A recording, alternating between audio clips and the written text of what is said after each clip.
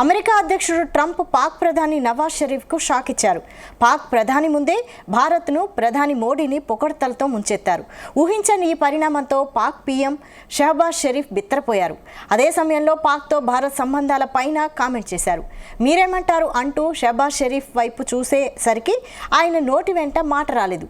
Egypt Gaza శాంతి సదస్సులో ఈ ఆసక్తికర పరిణామాలు చోటు చేసుకున్నాయి.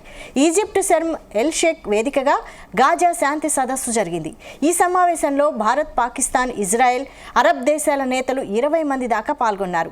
ఈ సందర్భంగా అధ్యక్షుడు ట్రంప్ మాట్లాడుతూ భారత్ గొప్ప దేశం, అక్కడ తన మంచి మిత్రుడు మోడీ ఉన్నాడన్నారు.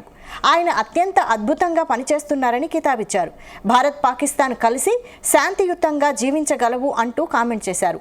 పాకిస్తాన్ ప్రధాని షహబాజ్ షరీఫ్ వైపు చూస్తూ అంతే కదా అని వ్యాఖ్యానించారు. షరీఫ్ నవ్వుతూ ఏదో కవర్ చేసుకోబోయారు.